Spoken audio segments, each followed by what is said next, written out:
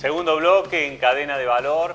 Y bueno, en el bloque anterior, Marcelo Uribarren, el presidente de la UIC, marcaba dentro del lote de los ganadores aquellos sectores vinculados con la alimentación. Y bueno, justamente ahora vamos a hablar del sector porcino, ¿no? Bueno, ¿cuáles fueron los datos que arrojó el sector porcino durante 2020? ¿De qué manera se comportó este sector cada vez más interesante, ¿no?, dentro de las carnes argentinas? Conversamos con Juan Uccelli, quien es expresidente de la Asociación Argentina de Productores de Porcinos y un referente de la actividad. Pero yendo a los números productivos del sector, fue un año que empezó bien, que se complicó a partir de marzo con el tema de la pandemia y la cuarentena, que se empezó a acomodar, a reacomodar un poco, llegó a un piso en junio, julio, y después en agosto se empezó a acomodar muy bien, octubre y noviembre fueron meses excelentes, y diciembre un mes de tranquilidad, como para resumir un poco qué pasó en todo esto. Pero el resultado es positivo, tuvimos una producción, seguimos siendo récord, porque todos los años producimos más que el año anterior. Desde el año 2002 que empezamos, que fue el piso, con 138.000 toneladas. A partir de ese año, todos los años pusimos algo más. Algunos años mucho más, otros menos. Y este es un año que nos deja un crecimiento casi del 8-9%. Llegamos a las 790.000 toneladas, una cifra extraordinaria para la producción porcina.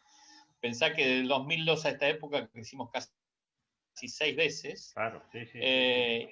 Y es un dato interesante que se suma a otros también interesantes. Por ejemplo, exportamos más de 42.000 toneladas, algo que el año pasado llegamos a 25.000 y pico, o sea, tenemos un 66-67% más de exportación.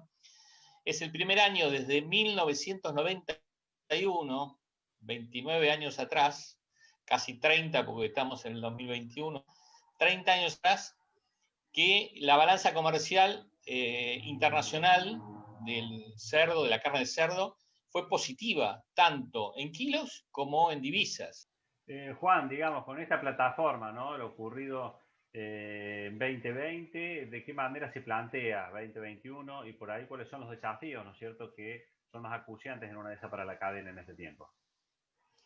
Primero, esperamos un 2021 que no sea tan complicado desde el punto de vista sanitario humano con el COVID como fue el 2020. Todos apostamos a eso, por eso tenemos que hacer todo lo necesario para controlar la enfermedad y parte de cada uno. Y como sector creo que se demostró que frenaron algunas cosas, pero la gente sigue comiendo.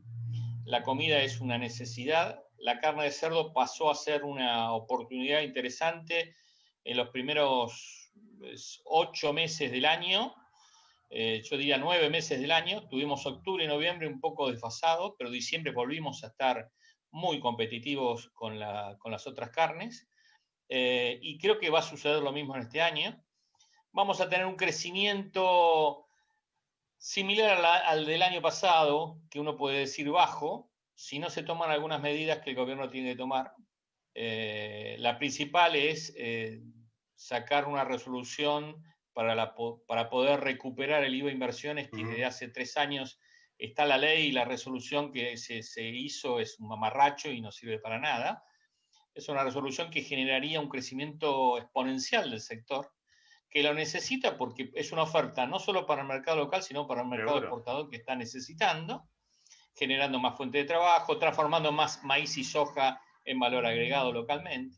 Y la otra que se necesita el gobierno, que creo que esa sí va a estar, es el tema de financiamiento. Pero si no está la primera, si no está el tema de cómo se recupera el IVA de inversiones, que es un 20%, y la producción porcina es la inversión más grande que hay en producción pecuaria en el mundo, mucho más que en avicultura, mucho más que en vacunos, y es un importe muy grande. Quiere decir que en la medida que eso esté y esté la línea de financiación, va a haber una explosión importante de crecimiento en el sector.